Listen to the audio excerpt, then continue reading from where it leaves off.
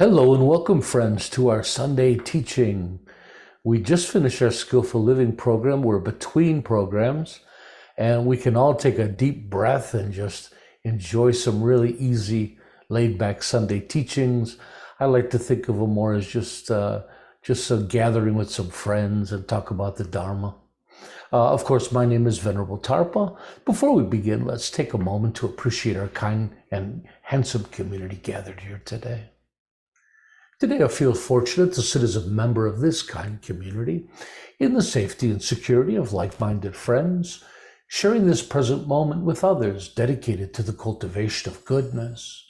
Today, I'm grateful for the direction and support that this community provides, a community worthy of my time and commitment, a community where my efforts have meaning, purpose, and are appreciated. Today, I'm thankful for the community, for this community of awakening, a place to gain the knowledge and skills to improve my life, a family, a home, and a sanctuary for all of us seeking refuge from the storm.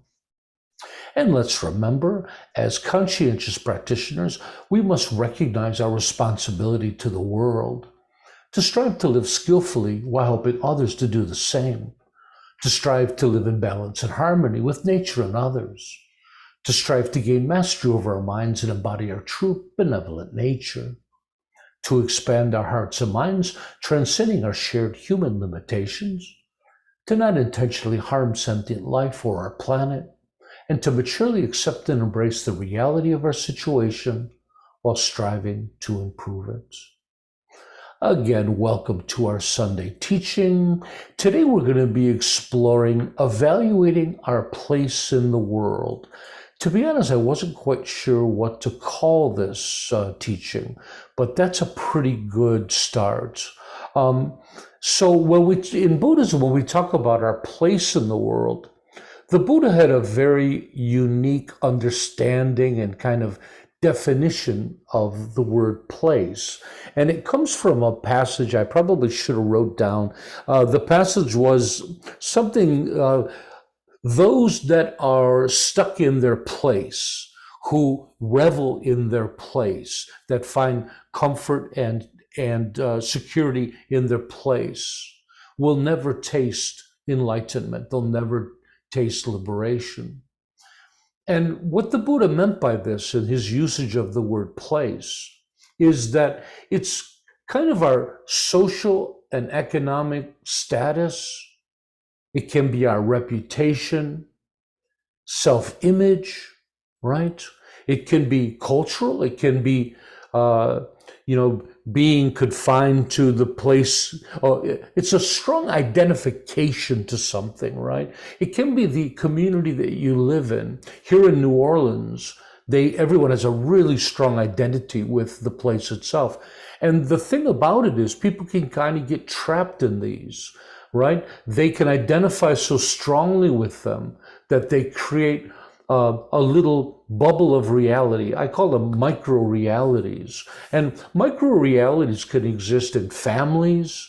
Every family with mom and dad and the kids, they all form a kind of a social bubble where they have their own language and they have their own humor and they relate to each other in different ways. These are all aspects of this idea the Buddha had of place. And the thing about it is that this idea of place, it stops us from having a more objective view of the world, right? We see things through that. I guess in modern language, they often talk about it being like a box, that people live in boxes and they keep wanting to transcend the box and see outside. Or people will complain about being, we called it pigeonholed when I was a kid, but being put in a box. Don't you put me in a box don't you define me in very static ways, right?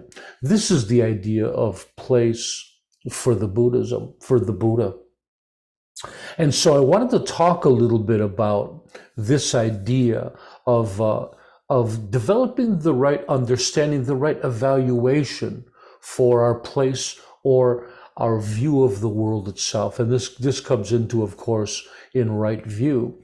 And a lot of this comes from a couple topics that I had with practitioners. One of them was in determining progress in their path. And then the other one was with a conversation about more liberal-minded people, and the fact that nowadays we seem to have a bit of a problem with people being so fixated on current problems that we're forgetting about the idea of the progress that we've made. Right? That's one of the big things I want to talk about. So by constantly being fixated on the work that has to be done and forgetting about and not realizing the work that has been done already, it creates a bit of a warped sense of reality for us. And a lot of this, of course, is all about understanding our mind and our mind's role in discerning our progress on the path and what truth is, right? So nowadays they have this great thing in psychology that I'm infatuated by. I think it's the neatest thing. And when you research it, it just gets more interesting and more interesting. Basically, they call it cognitive bias. So, and there's so many forms of this. Let me give you the textbook definition of cognitive bias. So it's defined as a systematic thought process in which the brain simplifies information processing, enabling the brain to prioritize and process large amounts of information quickly. It's the process of creating our own subjective reality, which is based upon and filtered through our experiences, our views, and our preferences. While the mechanism is effective, it sometimes leads to perceptual distortion, inaccurate judgment, illogical interpretation, or just simply irrationality.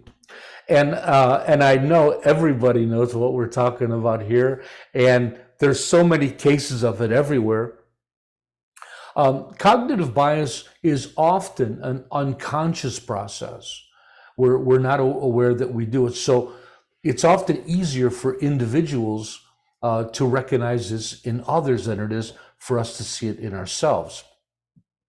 This is the beauty of Sangha and having a teacher that they can point it out. So without talking more about it, why don't we just get into some cases of cognitive bias? Now, what's amazing about it is how many forms of cognitive bias there are. And every time I research it, I find a longer list. It's just endless. Every day they seem to come out with more and more. So I wanted to share with you some of the ones that I thought were the most interesting and quite possibly the most important ones that we do on a daily basis. So I think the names, some of them are kind of stupid, but nevertheless, we'll use the names. So one of them is called bandwagon effect. And it's the tendency for the brain to conclude that something must be desirable because other people desire it, right? And in America, we have that expression, jumping on the bandwagon, doing what everybody else does, right? And so you can understand how this is a form of cognitive bias, a bias in our perception. Well, everybody likes this new gadget that's out. It must be wonderful. I must have it, right? That's one. So some of the other ones are, one's called clustering illusion, the tendency for the brain to want to see a pattern in what is actually a random sequence of numbers or events. Now, this one's quite fascinating. It corresponds with an article I read a while back that talked about how the mind itself is wired as a pattern recognition machine. This is how the mind makes sense of the world around it. It looks for patterns, and then puts those things together and organizes the brain through that. So nothing wrong with that. It's a very, very useful trick of the brain. But if you don't know that cognitive bias is there, some things get grouped into it, and you're not aware of it. When this happens, we get into problems. And so funny things like when you buy a new car, say you buy a new white car, you ever notice that all of a sudden it seems like there's so many white cars on the road, right? There's so many examples of these biases, but knowing that the brain is looking for patterns like that is important. So in the spiritual world, we see it as all these miraculous coincidences that are going on. Oh my God. Now, some of them are miraculous, but we have to be careful because the mind is already wired to do that. So when we start feeling that, we have to keep that in mind, right? And that's how we work with these biases. By knowing the biases there, by understanding how the bias works, we can be cautious in how we evaluate the information. Another great one is confirmation bias, the tendency for the brain to value new information that supports existing ideas. Who has confirmation bias? We'll click on that article that agrees with, and the articles we don't like, we usually don't click on. This is a huge one for people, isn't it? I think this is what divides people so much, that we tend to look for the information that supports our ideas. It makes us feel good, doesn't it, right? The next one is groupthink, the tendency for the brain to place value on consensus, meaning that, again, because everybody thinks that there must be some truth to it.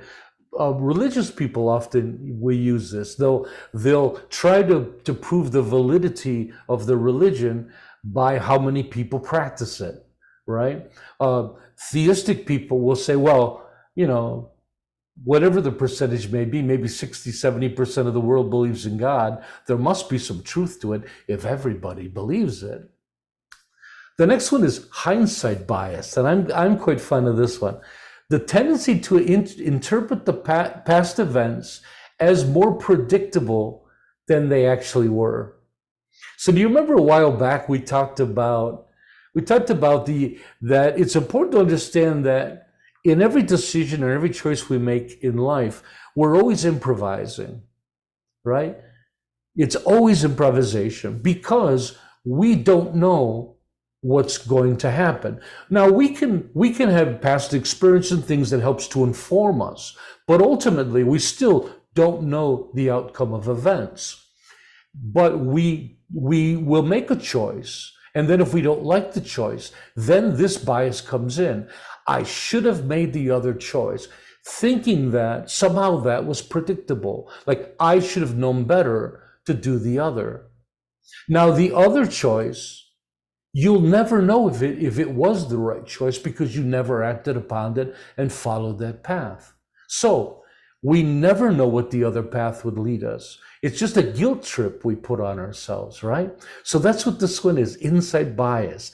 I should have known better. The truth is, no, you didn't know back then, you don't know now. You just improvised and made the best choice you could with the information you have. Negativity bias, the tendency for the brain to subconsciously place more significance on negative events than positive ones. Does anybody in your life know someone like this? This is a very popular one, right? And one bias that's not here, but you have this devil's advocate bias, right? We can call it that. Do you have a friend who, no matter what you say, they have to disagree and say the opposite, right? That's another kind of bias. But some people are just hardwired for these things, right? That they just naturally put more emphasis on negative things. Oftentimes it's out of fear, right? Yeah. How about survivorship bias? the tendency for the brain to focus on positive outcomes in favor of negative ones. This is the opposite, right? And when I was a kid, they talked about people were like being ostracized.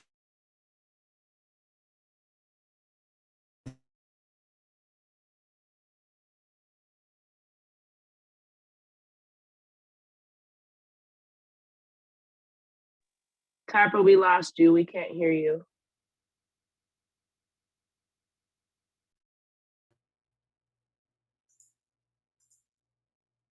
My internet's a little slow, huh? Am I back? Oh, thank you. I called my provider, and they said they weren't able to help. Can you tell me where you lost me? If anybody remembers. We were talking about survivorship bias. I'm glad it wasn't at hello. And please interrupt me and remind me again if that happens.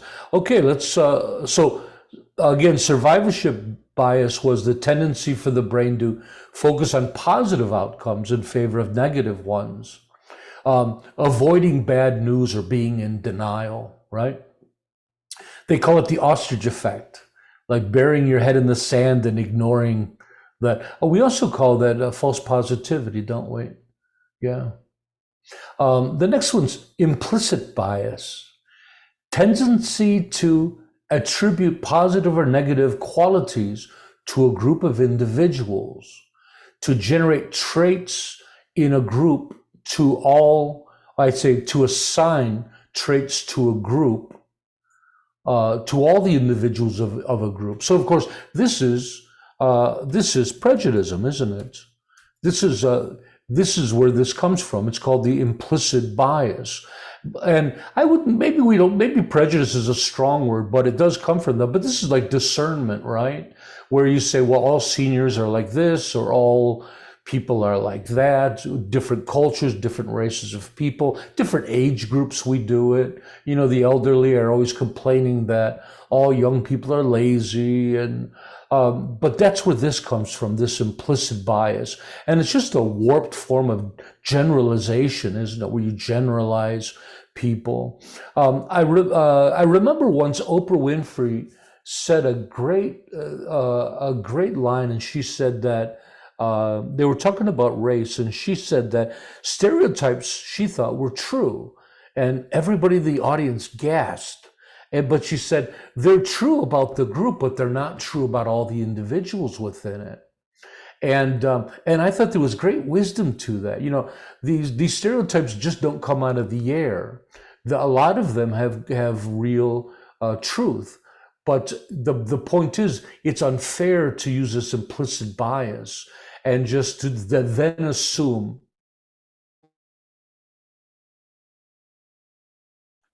Can't hear you again, Tarpa.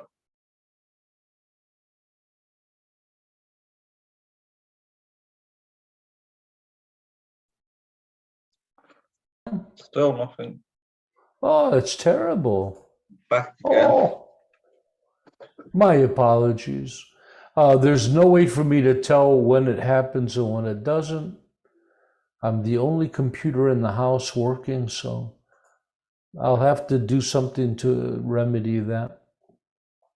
Okay, so again, that this implicity bias is this bias of generalizing, and I think it goes beyond people and races. It goes around to generalizing everything in a convoluted kind of way. Confirmation bias is quite fascinating. The tendency to search for or interpret information in a way that confirms our own preconceptions and discredit information that does not support our initial opinion. So, of course, science was created to deal with this bias, this confirmation bias. And scientists are always working to try to root this out of all of their work. As human beings, we have this bias to try to make things, to try to find evidence to support what we believe in, right? Hindsight bias. I think we had that one already. Oh, we should have. My fault. And the last one is the most important one and the one I wanted to talk about today. And it's declinism. So it's the words relates to the word of decline, right? It's the tendency to see the past in an overly positive light and to view the present or future in an overly negative light, leading us to believe that things are worse than they used to be, right? This is a real problem in the world. Does anybody feel like they have this declinism? You know, Buddhism does, and all the Buddhist scriptures of all the different traditions, they all do. They all say that we're in the age of decline, that since the Buddhist time, we've been in the age of decline. And some groups, like the Pure Land Buddhist group in East Asia, they believe that Buddhism has declined so much that even enlightenment itself isn't possible because we're in this age of decline. I completely disagree with this. And the Dalai Lama does too. Tibetan Buddhism talks about the age of decline. The Dalai Lama does not believe in it. You're not co-host. Oh, okay, Neil, let me help you. Sorry about the technical problems we're having today. It seems like Zoom is just going crazy. Tarpa, Oh, Sungpo, would you his like to hand ask a up. question? Sure. Well, Thank you. just, when you talk about sort of decline, so obviously experiencing, when I was younger, older people saying that, things, were different, we were younger and were better, and you sometimes do think that yourself when you go back to some of the things that we're currently being faced with. But then I think maybe, and I have felt like that, and it's interesting over the weeks being involved with SBT. I have a different outlook now, but one of the ones that I certainly have is I think we have more access to news, more access to information, and more access on social media, but also more access to the bias that comes with all that. It does make you think that things are a lot worse than they really are. I'm not saying they're perfect, they're far from perfect, but they haven't been perfect for many years. Have they ever been perfect is a question, I'm going to let you teach the rest of the class. You're exactly right. That's exactly what we're talking about. It's true, right? Yeah. And it's not a question anymore because now we have research that we have the data now. The data shows these things, right? And so I have some that we're going to go over, but it's so true. It seems like every generation complains about the next, right? Those damn kids, right? And it's just so true. Yeah. And well, let me figure, I want to make sure I say these in the right order so I don't overlap. First of all, can you guys imagine people in your lives that have some of these biases? I bet every one of us, right? And they all have different ones, right? Sisters and brothers, and yeah, so yeah, it's quite fascinating, isn't it? Yeah, I know a lot of these people. There's some people are just naysayers, and no matter what happens. I remember my mother had a bit of it, though she was an optimistic person. I remember planting a really pretty flower garden, and she looks out the window at it, and she says, it's just going to turn to weeds. And my jaw just dropped, and I yelled at Mom, that's a terrible attitude. But the fact is that most of us, we're not to blame for these biases. They kind of whittle in there as afflictions and limitations, just like the rest of our limitations, and from the same causes, from ignorance, right? Sometimes we pick them up as habits from other people, but I know so many people with those, and even when you watch the news, you can see their bias, right? And so we all have these biases They're prevalent in our society.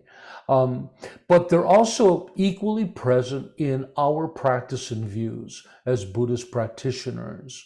And again, Buddhism has always asserted that the world is in decline, which I'm sorry to say, but the data says Buddhism is wrong about that.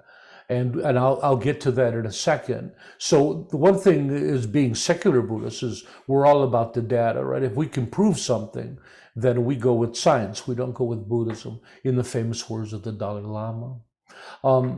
When we're convinced that things are bad, here's the problem that happens. When we're convinced that things are bad, it creates hopelessness, despair, and fatigue, right? It drains us of our energy.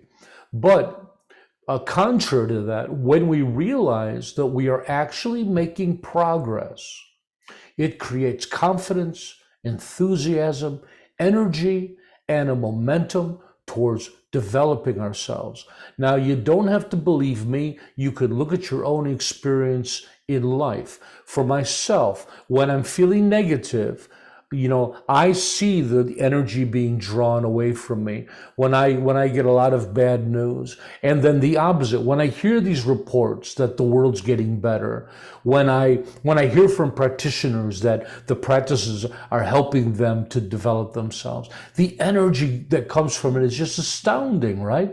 It completely changes the way I look at the world. So this is the same way in relation to how we look at our practice, our meditation, and we talk about it as joyous effort, right? The Buddha talked about right effort and joyous effort in the 6 perfections. So Buddhism itself seemed to know this, that there's a positivity that needs to be maintained to accomplish the Buddhist path.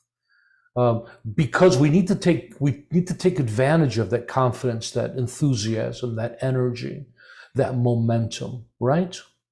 And so when we look at our path like that, or our practice like that, and say we have that cognitive bias that our meditation was better in the past than it is now. Now, it might have been. The hard part of this is learning how to evaluate, is it a cognitive bias or is it true? But just knowing about the cognitive bias allows you a little space in your discernment. You keep that in mind. So, you might look at a little bit more balance and say, well, actually back then I really didn't practice as well as I believe I did. But there's always this bias that things were better in the past. So we have to watch that. Now, in Buddhist practice, this whole idea of cognitive bias, which to me is absolutely fascinating. If you go on Google and you research lists of cognitive bias, you wouldn't believe how many psychologists have come up with. There's just like 100 cognitive biases on one web page and others. In Buddhism, this whole idea is encapsulated in a teaching of they call it mind and mental factors. So the mind itself, but mental factors. And mental factors are aspects of the mind. And according to Tibetan Buddhism, there's 51 mental factors, though different traditions have different numbers. I think the number's kind of irrelevant. But they take this whole idea of cognitive bias to the next level. Cognitive bias is very distinct. It's a very specific, where the understanding of mental factors, I think, is more accurate and wider. So the idea is that we have all of these various aspects of our mind that condition our mind. So they're created through our experiences, they're created through our senses, our understanding. But then we see the world through those mental factors. So some of the mental factors are fear, belief, things like this, likes, dislikes, qualities that we aspire to, hopes, dreams. I'm trying to think of some of them. Our hopes, our dreams, our fears, all of these aspects of mind are incorporated in this idea of mental factors. And what happens is it's our subjective, it becomes our subjective reality. It's the way we look at the world. The mental factors are like, you have a mind, but the mental factors is like putting on a pair of rosy sunglasses, right? They change the way you see the world, right? Through those. If you put on yellow sunglasses, you see the world as yellow. If you put on green ones, you see the world as green. And therefore, they influence the way we react to the world. So let alone is the mental factors, let alone are they interpreting the world through our experience, right? Through our subjective experience. They're also helping us to project what reality is upon the world, because our subjective reality in our minds, we then act through that when we engage with others, and we create or influence the real world through that. So this is the idea of mental factors, and each one, fear is a great example. You could have a scary experience in the past that creates some type of a fear. Well, you're gonna see the world through that fear from then on. It's gonna be a small piece of it. Now, if it was a really big thing, it might really be a problem in life. Small fears, you might not notice them, but subconsciously they might be there. Belief is an easy one, right? You're brought up with a certain belief system, and that's part of your mental factors. And then you see the world through that belief system. Depending on what religion you are, you may see Jesus on a water tower, or maybe it's Muhammad, or maybe you see the Buddha. We interpret the world through those things. So this whole idea of cognitive bias goes hand in hand with Buddhism. And so in a sense, our mental factors are all cognitive biases. All of them are a bias. All of them change the way we interpret and we perceive and we project reality. Fascinating, huh? And mind and mental factors is a great topic. If you want to read more about it, you can read my text, Tibetan Buddhist Essentials, Volume 2. I have a nice piece on mind and mental factors and how they work. Okay, so let's get back to why this is important. So as you can imagine, if you're not aware of these biases, they can have a profound effect on your life. It's almost like you have no free will, right? These biases are controlling all of your actions. And so what do we do about it? The only thing we can do is recognize them, right? We use the three great objectives: study, contemplation, and practice. We learn about ourselves. We learn about things like cognitive bias. We read it in online. There's great material for it. And we start to recognize it in ourselves. And Sangha members are good at showing each other how it works. Teachers are good at pointing out things like this. And sometimes just recognizing it is enough to start to affect change. Just knowing about that bias, and you go, oh, I'm doing it right now, right? And then slowly working with it, we become better and better at it. Now, that's kind of the forward way of working with it, right? The other way is just to become calmer and get rid of our busyness, our speediness, because that neuroses that's created through all that busyness feeds that. So maybe we need to work on both of those at the same time, right? But in practice, this becomes a problem when we're trying to evaluate our own practice. And oftentimes we'll project it into the future. We might be having a difficult time with practice, and what do we think? Oh, this is going to take too long. I'll never become awakened. Where the truth is, no, you're just having a bad day. Maybe tomorrow, maybe next week are going to be good days, right? These are all biases. These are all incorrect ways, wrong views of seeing the world, right? So when we want to get into right view, which we've been studying for so long now, we have to take a look at these cognitive biases, right? Okay. So to cheer you up now, because I've thoroughly depressed everybody with all their problems, let's take a look at some optimistic things. So I talked about that the data's in, and it is. And there's a great scientist. He's a linguistic scientist, one of my favorites. His name's Steven Pinker. Maybe some of you have seen him. I've posted some of his videos online on our website. Steven Pinker wrote a great book, The Better Nature of Our Angels, I believe. But he's put a huge amount of effort into this whole idea of, is the world getting better or worse? And in the video, it's entitled, Let's Look at the Numbers.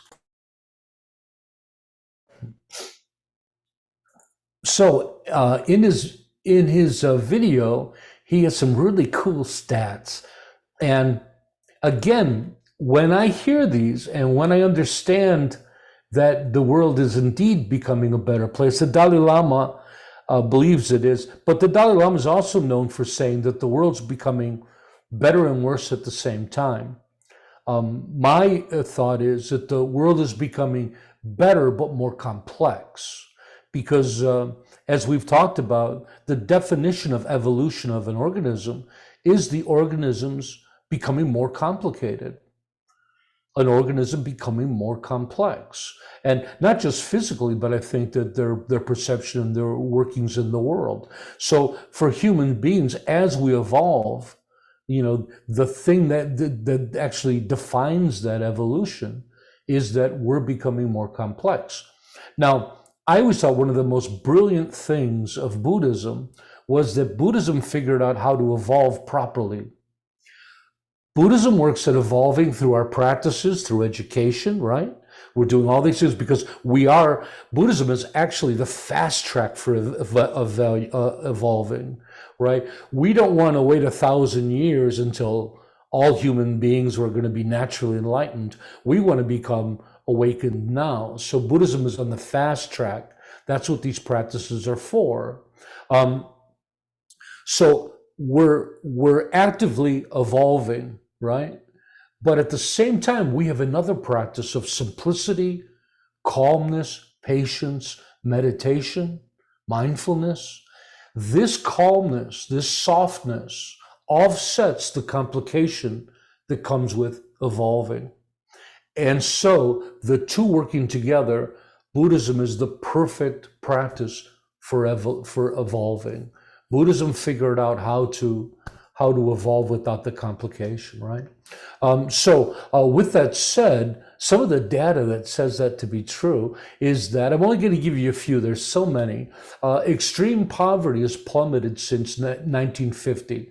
Over 50% of the world's population was living in poverty then. Today, the number is less than 10%. That's quite startling, isn't it? That's the whole world, by the way, right?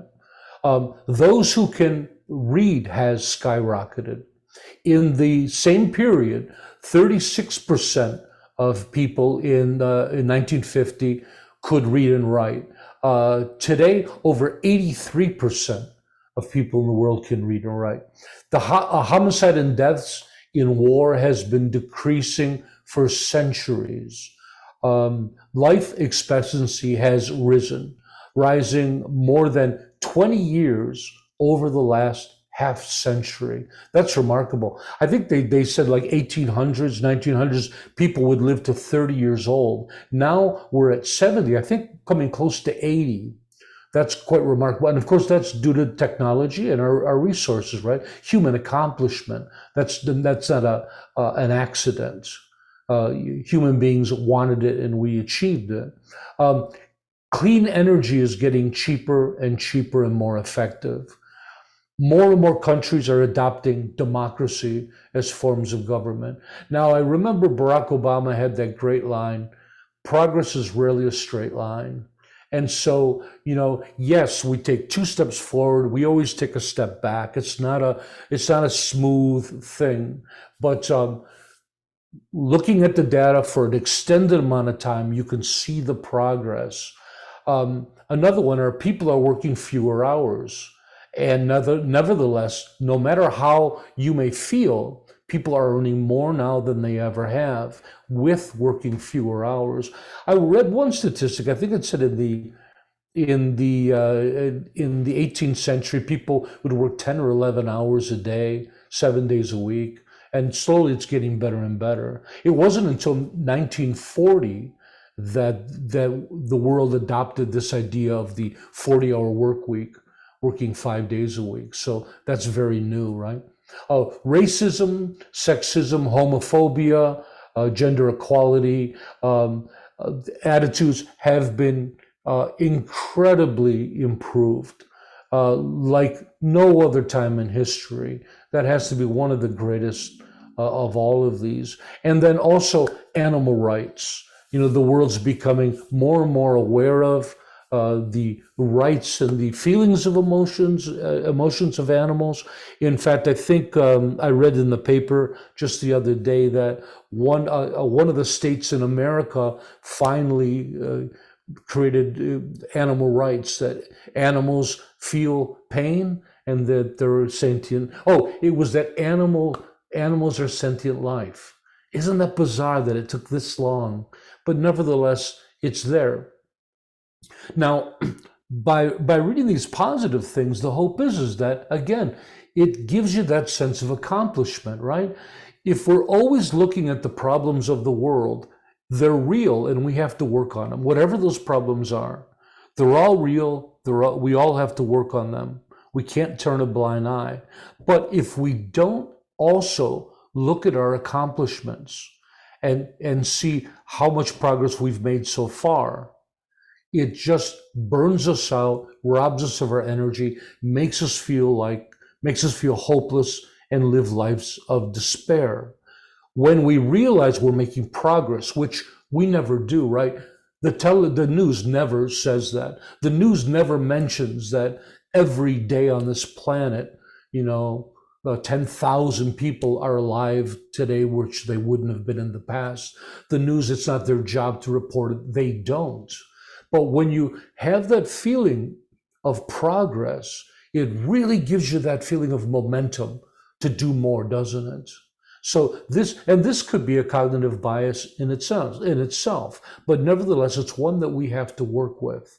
So whether it's your practice or it's all the things in the world, if you have a blind eye to all of the things that we've done to improve the world and how much of a difference we've made already, and actually how rapidly we're improving, you just fall into despair. But when you recognize how rapidly we're improving, boy, it becomes so exciting, right? And what does it make you want to do? It makes you want to do more, doesn't it? It makes you want to do more in the world, and it makes you want to do more in your practice when you're thinking about that. So the next question would be, how do we work with cognitive bias or our mental factors? In Buddhism, working with the mental factors, you're doing it. The whole Buddhist path is directly aimed at purifying the mental factors, right? The mental factors are where most of our afflictions and limitations are found. They're all in that, right? And so the Eightfold Path, your meditation, right view, all of these things, they're all aimed at taking aim at those mental factors. We'll always have mental factors. It's what makes us up as human beings, or as individual human beings. We'll all have different likes and dislikes. It's just a question of how neurotic those are, if they have deep-seated problems or not. So, but we do it in the same way as we work with our cognitive bias. And how do we do it? Through understanding, right? That's always comes first. When you understand, when you can uncover and see them, you understand how they work, you have a chance to work with them. And we use the 3 great objectives: study, contemplation, and practice. We study these aspects of ourselves through books, through teachings, through experience, watching yourself when you're interacting with others, right? Then contemplation is so important, to think about that. What was that? Why did I do that? You know, is that accurate? Am I seeing the world truly, or am I looking through a cognitive bias?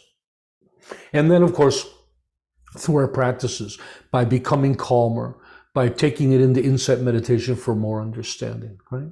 That's how we do it. Understanding they are often merely habits of thinking, right? Some cognitive biases are more active, but generally, these are all habits of behavior, habits of thinking, habits of intention. So much of what we're dealing with in Buddhism is working with habits, right? And sometimes it's irrelevant where they came from. It's just about getting into them and transcending them.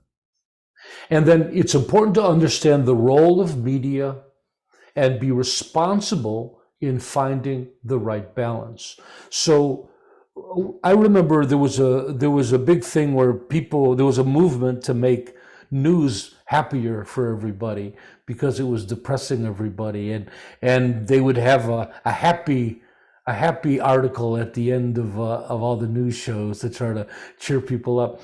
But I think that the reality is it's more of our own bias, and the idea that we just have to understand the role of media, of the news, right?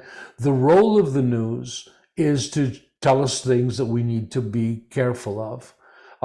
But with that said, the news themselves are pretty evil in a sense. What was that line they always said in the media?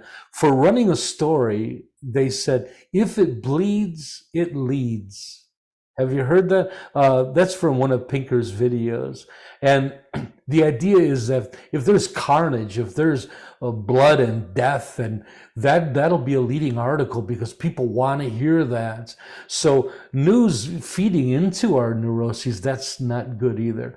But when we understand the role of news, and sometimes myself, I like to read the news instead of watch the news because it's less biased. You don't get all the emotional inflection in the voice in the articles, where the news person, the sound of their voice is telling us that we should be outraged by this thing that happened. When you read it, it's a lot more unbiased. So that's what I usually read it on my phone over a cup of coffee. Yeah. And so in conclusion, cognitive biases are both methods for simplifying our thought process, right? They are beneficial if they're correct, because they simplify the world. But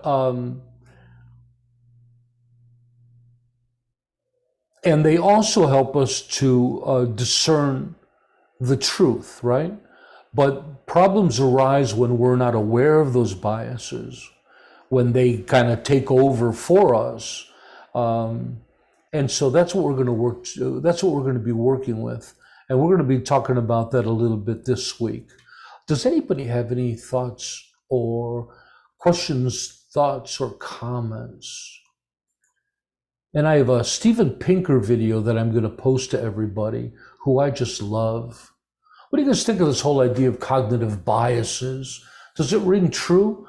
Do you see these as having an influence on your own life? Yeah, they are for me. I run across them all the time. I had It to really talk. go ahead, I'm sorry. Jennifer. I would say it really makes you understand, like, when you think of some of these conspiracy theories and some of the things that people believe, and it's just like, I've always wondered, like, how can they possibly believe some of this stuff is true? And these kind of explain why. Sure does. And maybe a great way to look at this is the idea is, just because I think it doesn't mean it's true, right? Because we have a lot of these biases. You know, you go out of the house, you have a problem with somebody on the street, all of a sudden you have it in your mind that you're living in a dangerous neighborhood. You know, these biases are just all around us. Generalizations, right? It's actually interesting, Tarpa. I have a friend who's a psychologist, and known each other from back home. Also bumped into each other at uni and over the years, and he became a big COVID conspiracist, and he was using psychology, and he accused me of cognitive dissonance. And when I confronted him, I said, "No, what you're doing is you're using your bias, and you're actually not observing it the way that you should as a psychologist. You're actually using your bias and putting something over that is making out that I've got cognitive dissonance, when in actual fact, far from it. I'm quite happy, understanding the dangers of COVID and protecting myself and others. And there's no conspiracy there. Yeah. And it was interesting how those biases really started me looking more at the media, because I did media studies many years ago and forgot all about it. And it really started me, looking more into this, because more and more he was posting things and coming up with these arguments, and more I was just starting to question his sanity a little bit, because it was quite frightening how he was falling for a lot of the conspiracies, and who I thought was quite empirical, quite rational, quite, it took me back a little bit. Isn't it something how some really seemingly very rational people get caught up in things like this? Yeah. For me, I start to see this in Buddhism in another place, in evaluating Western Buddhism. So you go online, you go to these forums, and everybody's complaining about Western Buddhism. And they're talking, and I'll speak about my tradition. So people are talking about Tibetan Buddhism, how watered down it is, and how they don't do this and that. But guess what? I'm kind of fortunate, because I'm one of the few people that actually went and got a traditional Buddhist education from a monastery. Many of my teachers were out of caves in Tibet. I mean, I saw the real deal. And the fact is that none of that was true. That I even studied the material in Tibetan. And the things that they were saying, how Westerns have changed all of this, I knew for myself that, it wasn't true. No, that's exactly how it is. Gyumé Monastery, the Tantric monastery I studied at, it's considered probably the most traditional monastery in the whole Gelug school. I was there for 5 years, so I know the difference in it all. And so you see these biases arising all around in brilliant people. It doesn't matter how smart you are. The biases are sneaky. And they're often really hard to watch. But if you always keep that in mind, and it's a very humbling thing. I may be wrong, right?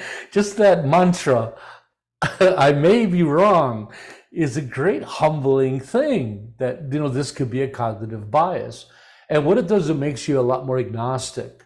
It's just, here's an idea I have. You don't proclaim the truth to everybody anymore, right? In SBT, I share what's written in the Buddhist teachings, but if you notice, I try to be very careful not to proclaim the truth for the Sangha. Here's what everybody should think, because maybe it's a cognitive bias. Just to make you feel like you're crazier than you already did. Today's class will tell you all that you have no control over your perceptions or your discernments. But actually, we're gaining control, aren't we? In the past, you didn't. Hopefully, today's lesson, you gain more discernment, more accuracy in your thoughts. Yeah. And this is just how the brain works. It's not good or bad. It's just how the brain works. And by understanding how the brain works, we can be more skillful. And we can come up with more accurate things. Yeah. And you get whole groups that join in, don't you? Like Sangpo was talking about the anti-vaxxers. They form groups, and they form unions, and they're on Facebook, and they share information, and they become these bubbles, right? These reality bubbles, and everybody has the same thoughts, and Boy, we have to be so careful of it, huh? There's a good book, Tarpa, it's called Post-Truth, and it's almost like people having opinions that they put across as being facts and being truth. And Yeah. when you talk about cognitive bias, that just, I mean, we all know a particular person who was in power in, you know, your own country that I think was a great, and, you know, post-truths were almost regular occurrence. And, you know, we've got it here as well, and it's in the media, it's everywhere. I say it, so it must be true, without it being backed up. And Thank you. Say, Thank you, Sanpo. Yeah, and so coming back to the original idea of this class was that we need to be aware of our biases throughout our lives, but in particular, let's bring it back to practice itself. And I'll often have people say that, well, I used to be a much better practitioner, or I was this, and I see a lot of cognitive bias in that. We get better at different things, right? Maybe you were a little better at meditating when you were younger, but I bet maybe you're better at ethics now. But remembering that we always have that kind of, that hindsight, that sweet view that the past was better. This is a natural human bias. It seems to just be in all cultures, right? Doesn't matter where, everybody's complaining about music was better in the 70s and this was better then, and yeah, and food was better, restaurants were better. Jennifer? I think we have to be careful too what we define as better. Like, for example, I went through a period where I was having like these really intense, like euphoric meditations. And then that stopped and I thought, oh, I'm losing, like I was meditating better. But now my meditations may not have that same type of feeling, but maybe they're more insightful. So I think we have to be careful what we label as better. Well said. Yeah, and that's the idea. We need to look at them more objectively and realize that, you know, they just change. They're just different. And so and to not be too hung up and not to be too judgmental on ourselves of what we should do, or yeah, that's the thing. So to be more open-minded, yeah. So that's what I was trying to share with everybody. But I think it's a really fascinating thing. So I guess in conclusion, what I want people to do is to keep your eyes open to the progress that we're making as practitioners, as a Sangha, as humanity. That progress can get swept under the rug. And that progress is a source of, seeing that progress is a source of great energy, great momentum. When I focus on that, kind of like our practice of appreciation, remember the energy that came from it? It's the same thing with this. When you recognize that, and know we're doing okay, it makes you want to try even harder. So that's a mindset I think we all want to shoot for. Oh, would anybody else like to share anything? I was hoping this would be a short teaching. Going on and on and on. Okay, I wanted to mention one other thing, and that is that I was meaning to do a spring SBT fundraiser. Some of our big bills came in for the spring, the website and things like that, and they're a couple times a year we try to have fundraisers. Now, first of all, I need to thank everybody here for making donations. I think everybody here is on a monthly payment plan, so maybe I shouldn't even be mentioning this. It's amazing how generous the Sangha is in keeping me and SBT alive. So this is just out there for anybody else that wants to participate a little bit. But our webpage alone is like $200 a year. And so some of those came in this month, and I thought we'd just do a little fundraiser. It always helps out when we do them. I try to only do them a couple times a year, but I think maybe we'll do them during the seasons 4 times a year. And I'll be making a post about that. Anybody that would like to participate in it. And with that said, Let's end today's class with our altruistic affirmation. May all be healthy, may all be prosperous, may all be well, may all be present, free of past regret and future worry. May all abide in constant appreciation, which is a source of great joy and contentment. May all realize their true nature and the true nature of reality, which is awakening. Thanks everybody for coming. Remember that the SBT community was created for one purpose, to benefit you, the practitioner. Thanks everybody, great to see you. I'll see you tomorrow at meditation. Did everybody get the idea of our new schedule? We're moving our class and meditation schedules to 18 UTC for meditation, 19 UTC for teachings. I'll post that in advance. Bye-bye, everybody. Thank you, Tarpa. Bye, See ya. everyone. Thank you. Thanks, Neil. Bye bye. Thank you.